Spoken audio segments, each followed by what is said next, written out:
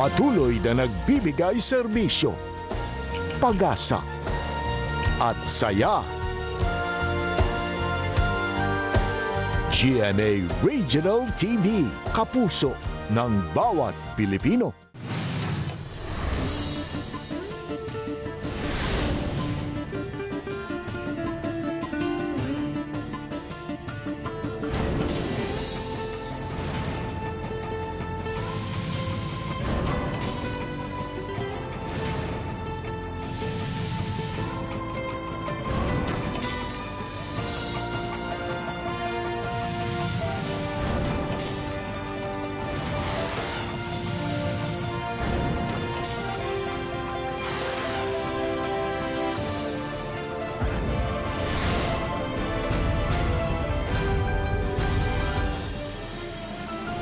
Ang GMA Regional TV, Balitang Bisdak.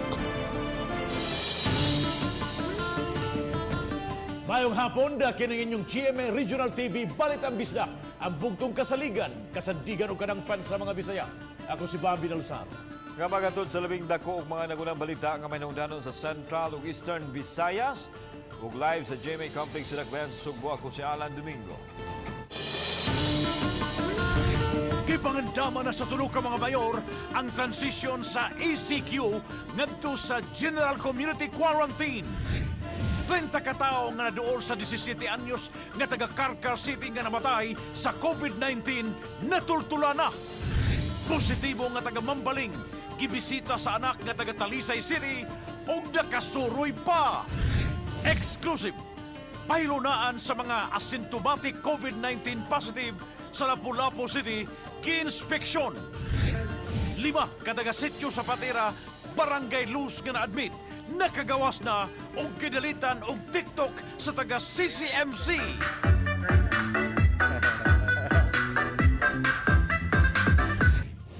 Pipila ka komunidad sa Mandaue City og ang mga PDL gipang swab test na. Just stay at home sa Bulanong, Kiki and Friends, uban sa mayor sa Inabanga, Bohol. Please stay home. Di magtambay, gawas, just stay home.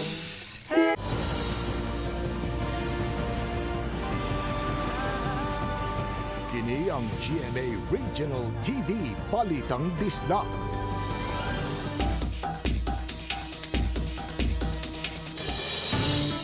Dili lang ang isyu sa panglawas tungod sa COVID-19 ang giatiman karon sa kagamahanan kundi apil usab ang economic aspect o panginabuyan sa katawhan.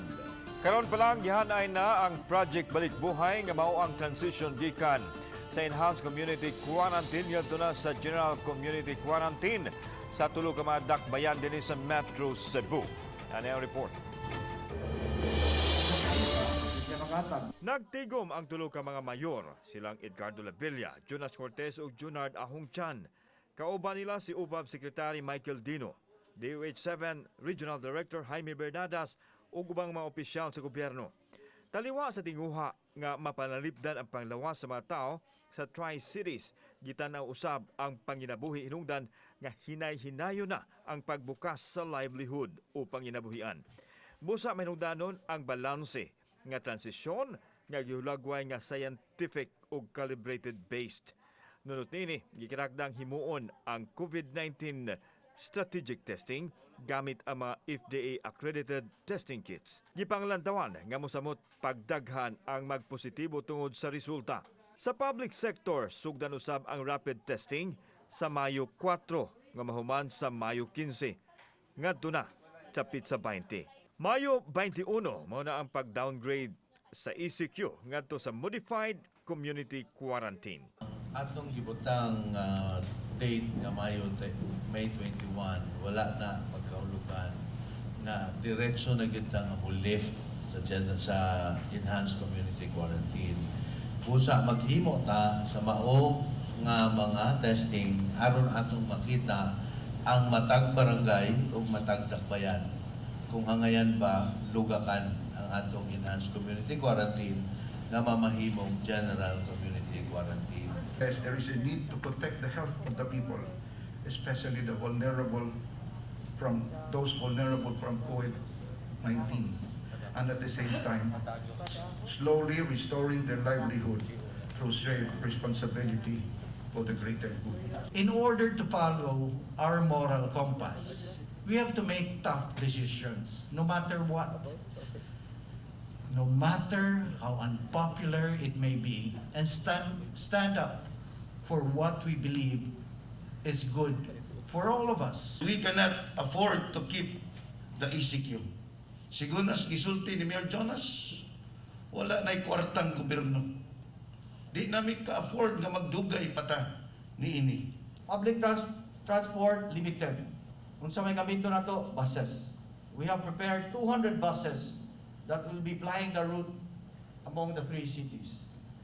We will, katong mga color coding, padayon gyapon to. I'm sorry, not color, number coding. Padayon pa to siya when we do modified community quarantine. Kauban si Marlon Melcaso, ako si Alan Domingo. Balitang Bisdak. 5 sa kapinso sa kagatos ka mga nagpositibo sa COVID-19 nga taga Barrio Luz ning Dakbayan Sugbo nga nadas tambalanan nakagawas na sila ang unang mga taga Barrio Luz nga nagnegatibo na sa coronavirus. Si Faye Marie Dumabok sa report.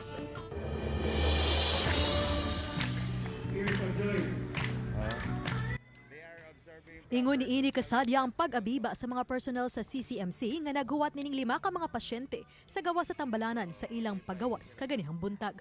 Adunay hamubo nga programa nga mipadangat og well wishes, mga buwak ug gamay tabang alang kanila.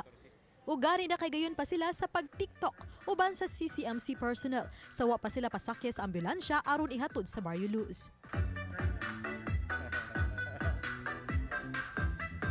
Mato ni Barrio Luz Barangay Kapitan Ronilio Sab'a nga ang 5 kabahin sa kapin sa usa ka gatos ka mga nagpositibo sa COVID sa ilang barangay nga nagnegatibo na.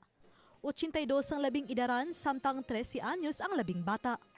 Malaumon nga magnegatibo na usab ang 64 pa ka mga mulupyo nga asymptomatic. Happy kay mi karon nga mula naganda mo na una nga lagi naka-recover na mo. Ya kanirong mga gipang house nato sa eskwelahan nga mga positive. Hopefully, na mabot, naman ang 14 days na quarantine. So, optimistic yun nga. Gipahibaw sab ni Sab'a nga gihatod sila sa isolation area sa tunghaan, inay sa ilang mga panimay, aron maatiman sila og tarong. Hinuon gilain sila sa ubang taga-sityo Zapatera nga mga asymptomatic patient. Quarantine station. Sa reason makay man ko ato, ibalik sila sa community, ma'am. Ang dito na kasiguro sa ilang, kung ilang respiratory to kay ang kuan diha isuot mo kay mo sa advice na mo kay mga politician recommend gyud niya eskwelahan na lang. Mapasalamato ng barangay nga padayon ang nadawat nilang mga tabang alang sa mga apektadong mulupyo, ilabi na nga gipaubos sila sa lockdown. Uban ni Cleofer Lumayag, ako si Faye Marie Dumabok, Balitang Bisdak. Nagpositibo sa COVID-19 nga taga Barangay Mambaling Dakbayan Sugbo at dunay mga kabanay nga taga Dakbayan sa Talisay. Gahapon adlaw gipahigayon ang contact tracing sa mga kabanay sa taga Barangay Mambaling. Si Chelo Valiana sa report. Taga Barangay San Roque ang mga kabanay sa nagpositibo sa COVID-19 nga taga sitio Pailob sa Barangay Mambaling ning Dakbayan sa Sugbo. Apan bago lang nahibaw ang Talisay City Disaster Risk Reduction and Management Office. With Cebu City because tungod siguro sa kadaghan nilang contact trace, we were not informed na there was somebody living in San Roque, Talisay nga apil atong sa inayawan nga na positive. Subay niini nakuhaan na og swab samples ang 4 ka kabanay nga nakapaduol sa nagpositibo sa COVID-19. Siya, iyang husband nga 35 years old, iyang iyang anak nga laki nga 11 years old ug anak nga bayi 3 years old. So karon na mo pang ginasaway og follow up, wala pa may result pod. Gibantayan na usab sa City Health Office aron dili sila makagawas-gawas sa ilang mga panimay. Last April 22 kabalo na siya nga positive iyang papa. April 25 ni ato pag yun siya ka ng mga lugar nga supposedly kabaw naman siya nga kanang ni positive iyang papa. Ni pundo na lang ta siya sa bahay. Uban ni Renante Quiñones, Chalo Valiena, Balitang Bisdak. Hotel nga gipuy-an og gistaran sa mga seafarers nga miabot sa Sugbo kagahapon gipabantayan yung mga pulis sud sa 14-day quarantine period. Samtang gipirahan ni Governor Gwen Garcia ang Overseas Welfare Administration tungod kay wa mo coordinate sa mga local government units kalabot pagpauli sa naasoy mga OFW. Ano yung report? Gamay respeto lang. Gamay lang. Kay after all, kami mangoy mga tubang. Kami may manubag sa katawhan nga among gialagaran. Matod sa gobernador nga ang mga local chief executives ang manubag sa katawhan busa gikinahanglan silang pahibawon ilabi na sa mga manguli sa kalungsuran nga mga seafarers.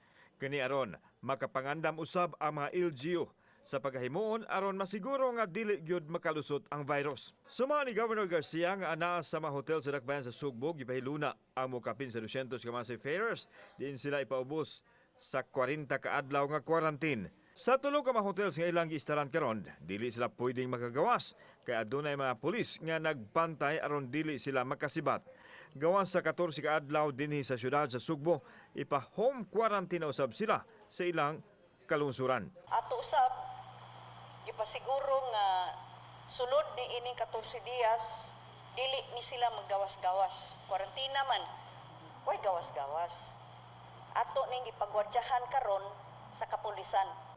Ang mga seafarers nakahumana sa 14 ka adlaw nga quarantine dito sa Manila ug laing 14 ka adlaw ang ilang latason dinhi sa dakbayan sa Sugbo. Nangabot sila gahapon pinaagi sa Mercy Voyage. Kauban si Marlon Milgaso, ako si Alan Domingo. Balitang Bisdak. Lapu-Lapu City College himong isolation facility alang sa mga asymptomatic COVID positive patients sa dakbayan. Si Luan Merondina sa report.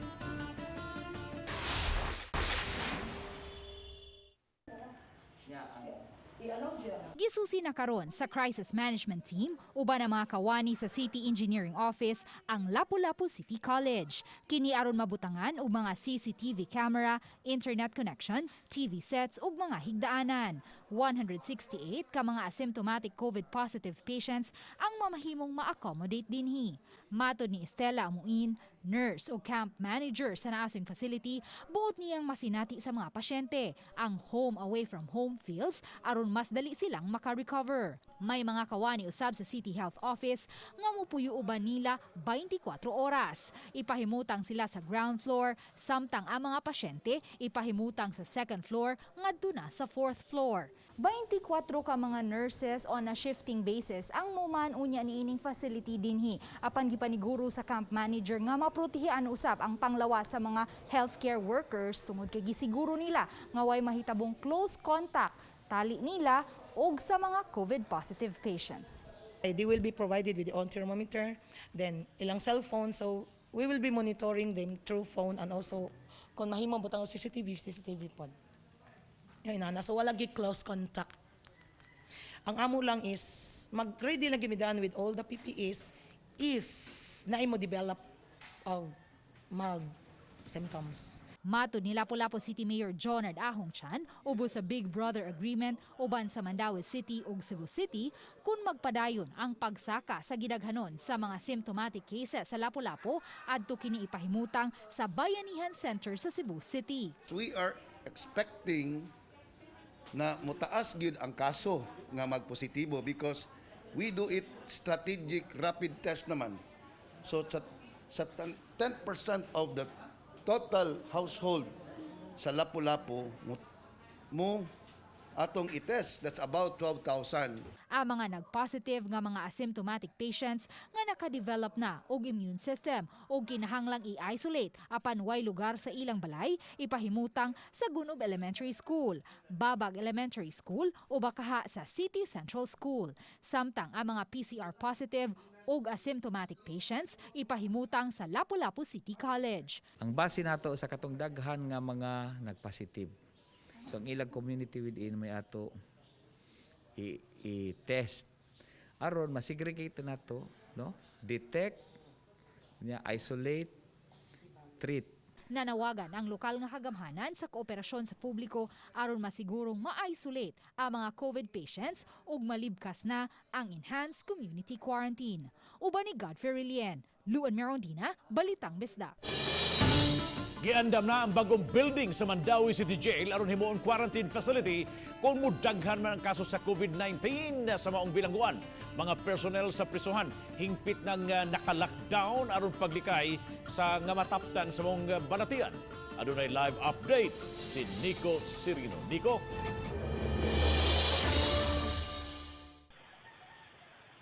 Yes, Bob, gustong manigurong daan ang Mandawi City mong miandam na sila ug isolation facility alang sa mga persons deprived of liberty. Mao kini ang bag-ong building sa Mandawi City Jail sa Dungguan, Barangay Basak. Natapos na ang construction apan wa pa gyud hingpit nga ma-turnover gikan sa contractor. Gikonsidera kini nga quarantine area sa mga inmates ug mga jail officers.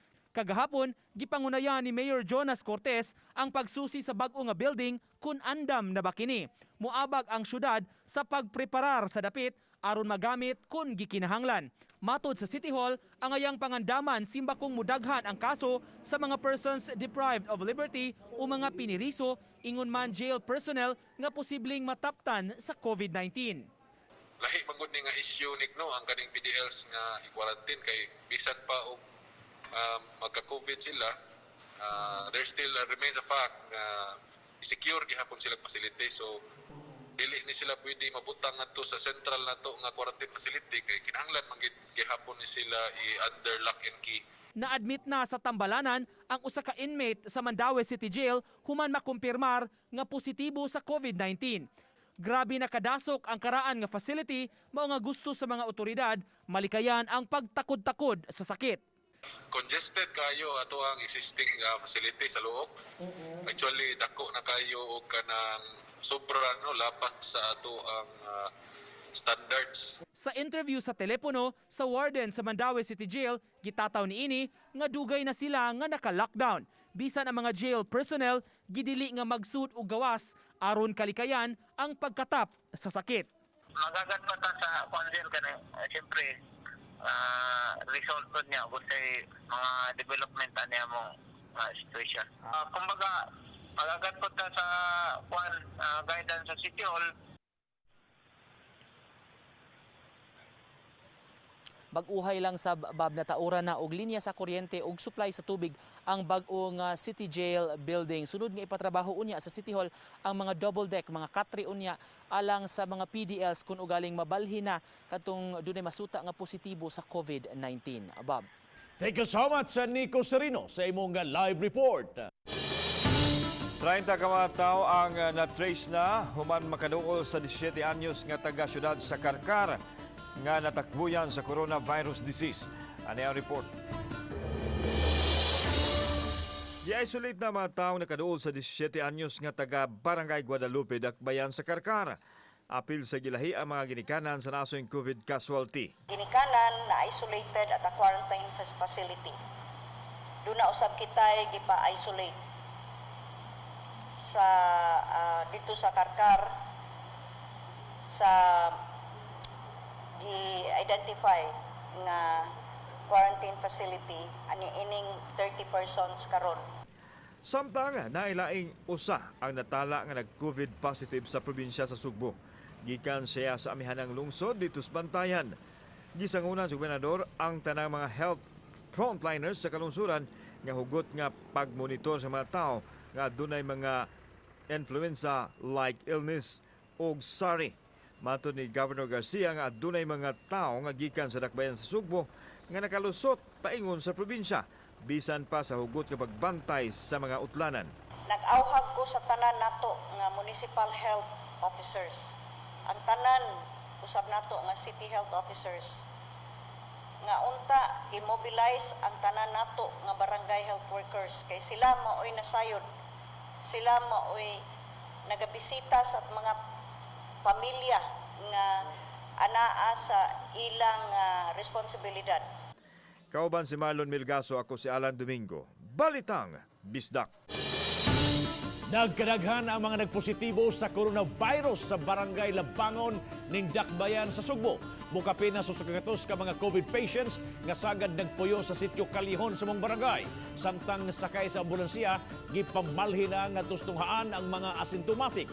Apan may mihangyo nga magpabilin lang silang Pinoyanan aron mag-quarantine.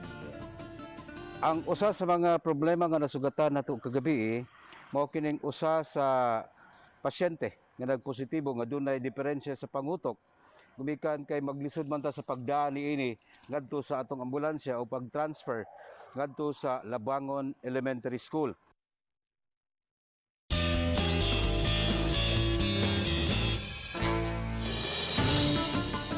Sa social media karon mga kapuso, lain-lain ang gidalit sa mga tao nga huni sa musika aron makahatag og inspirasyon kanatong tanan.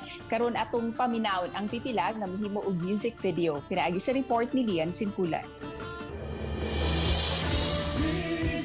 He's risen, forever glorified. Ang kaanindot sa musika, gipaambit ni ining usa ka grupo sa social media pinaagi sa pag-awit og usa ka Christian song.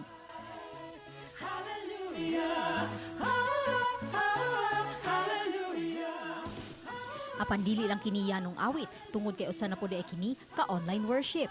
Tungod sa enhanced community quarantine, nagdungan na lang sila paghimo niini sa ilang mga panimay. Well, as an expression of our faith po ba nga, even something like COVID cannot stop our service to God. Samtang kini mga bayaning frontliners, mihalad og awit alang sa tanang mga frontliners. Sila ang Haraya Choir, usa ka Filipino-British singing group nga nakabase sa London sa United Kingdom. Grupo sila sa mga singers sa lain-laing profesyon, apan kasagaran mga health professionals.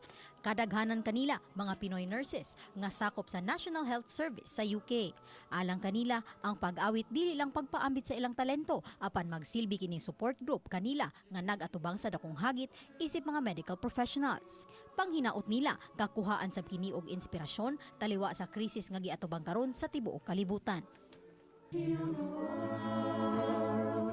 Make it a better place for you and for me and the entire human race.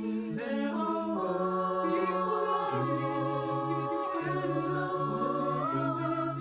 Make a better place for you and for me. Uban ni Renante Quiñones, Lian Sinculan, Balitang Bisdak.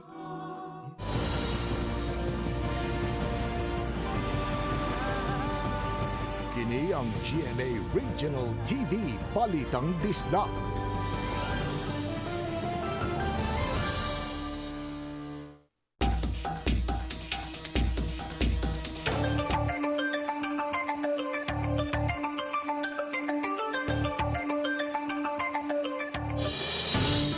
Gipaubos sa massive testing ang pipila ka komunidad sa Mandaue City kung mamatala ang konfirmadong mga kaso sa COVID-19.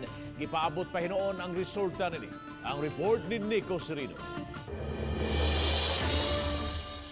Nakuhaan na og swab sample ang pipila ka mga barangay personnel sa Cambaro, Mandaue City.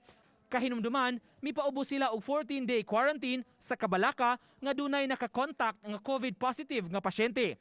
Una nang napaubos sa lockdown ang sitio Sili sa maong barangay nga nakatala sab og mga kaso. Samtang nakapahigayon na sab og mass testing ang mga persons deprived of liberty sa Mandaue City Jail.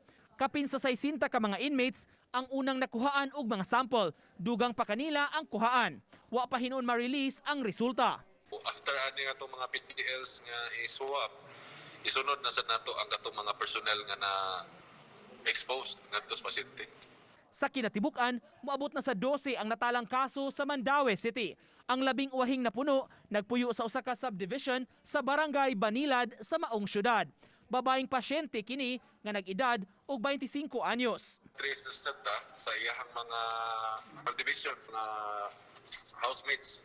Sa pagkutlo ning balita, sa 12 ka mga kaso sa Mandaue, duha niini ang hingpit na nga naka-recover ug may usa nga namatay. Uban ni June Solon, Nico Sereno, Balitang Bisdak. Lapu-Lapu City mo pahigayon og mass testing karong Mayo 4. Siluan meron din sa report. Nagandam na karon ang upat ka mga pampublikong tunghan sa dakbayan nga gilangkuban sa Lapu-Lapu City College, Gunob Elementary School, City Central School ug Babag Elementary School nga mo'y himuong mga isolation facility sa dakbayan. Matod ni Lapu-Lapu City Mayor Jonard Ahongchan nga nanginahanglan og ubay-ubay nga mga isolation facilities ang dakbayan alang sa ipahigayong mass testing karong Mayo 4. Mga cases nga mabutang sa hospital kato yung mga severe cases. Kay karon gud nag-ipon-ipon man na ay asymptomatic lang naa sa nabutang sa atong hospital. Naapoy mga mild. Gipasabot ni Najel Banasya nga matag barangay ang pagpahigayon sa mass testing ug priority ang mga dapit nga ubay-ubay ang mga COVID positive case. Apan giklaro ni Banasya nga sa dili pa sila mopahigayon sa mass testing sa usa ka dapit, pasabton una nila ang mga molupyo sa kamahinungdanon sa pagpaubos sa COVID test ug sa mga angayang buhaton. Among gugkuyawan, kung i-massive test nato ga random ug mga hadlok ang mga tao, manglayas.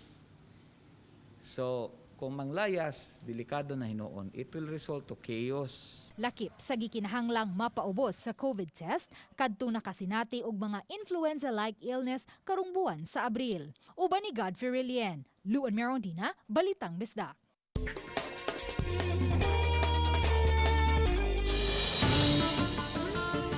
Mga beauty queens nagkahiusa sa pag-awhag sa publiko nga bisan pa man ning krisis karon sa COVID-19, mag-self-care gihapon kita physically ug mentally samtang naka-stay at home ug naka-work from home. Sama na lang ni Cebuana Beauty Queen ug Miss Earth Philippines 2014 Jamie Herrel. Atong sayran sa report ni Femary Dumabo. Traveling around in your high heel shoes, I'm clumsy. Made friends with the seahorse. Don't need a report, don't need a press run. All of my bad pics been on my best one. I wear the hat and I... Usa lang kini sa ilang pamaagi sa pag-promote sa self-care samtang naka-stay at home. Gipasabot ni Jamie Hirel, Miss Earth Philippines 2014, nga dili lang physical nga self-care ang ilang giawhag sa publiko. Apan sa kretibuk ana lakip na ang mental care. Si Hirel kin sa tagadakbayan sa Lapu-Lapu na tanggong sa Ilocos. Miangkon nga gimingaw og nahingawa sa iyang mga igsuon ug inahan nga naa sa Lapu-Lapu City. Gamit ang teknolohiya natambalan kini. People really need to know that it's really good to take care of themselves, especially nowadays, diba? Because mental health is also very important. In fact, it has been an issue that people have been tackling for years, diba? And it's heightened now because of what's happening with people just staying at home. Dugang ni Miss Earth 2014 nga bisan ko na naalang sa tagsa-tagsa ka mga panimay, mas may nga timanon gihapon ang kaugalingon, physical ug mental, sama sa pag-exercise, pagbasa og mga libro, pag-draw sa bisan unsa nga paagi ug daghan pa. Samtang dili kinahanglan nga doon na kay imong kaugalingong proyekto pagtabang sa mga nanginahanglan, mamahimo kang musuporta og mutabang aron magpadayon ang kausa sa uban. Because they're all alone and they have no one to physically talk to, like face-to-face, like in real life. And that's really hard, especially for people who are really used to interacting with others. So it's my opportunity to take a step back and help other people with their projects kasi marami na. There's people that are having projects with PPEs, masks, Uban ni Cleofer Lumayag, ako si Femary Dumabo, Balitang Bisdak.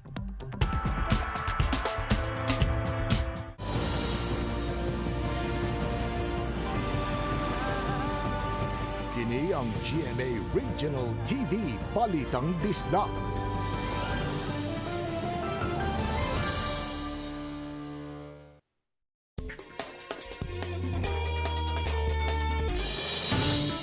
Bisan unsa na lang aron malingaw ang tanan.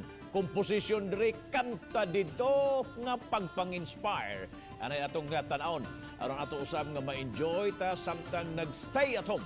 Ato kining tan-aon pinagi ni maong report. Daghan gihapon ang mulighot. Mao nga lain-laing diskarte ang gihimo isip mga pahimangno. Usa niini ang grupong Kiki and Friends.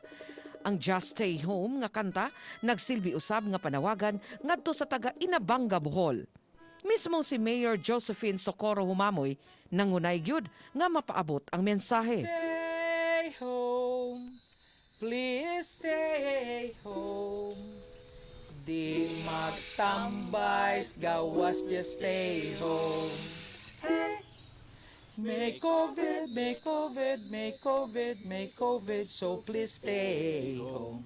Sa usang katuyuan nga dili na mo katapa ang COVID-19, haom kini sa tanan. Makalingaw, makasayaw ka busa, stay at home lagyud.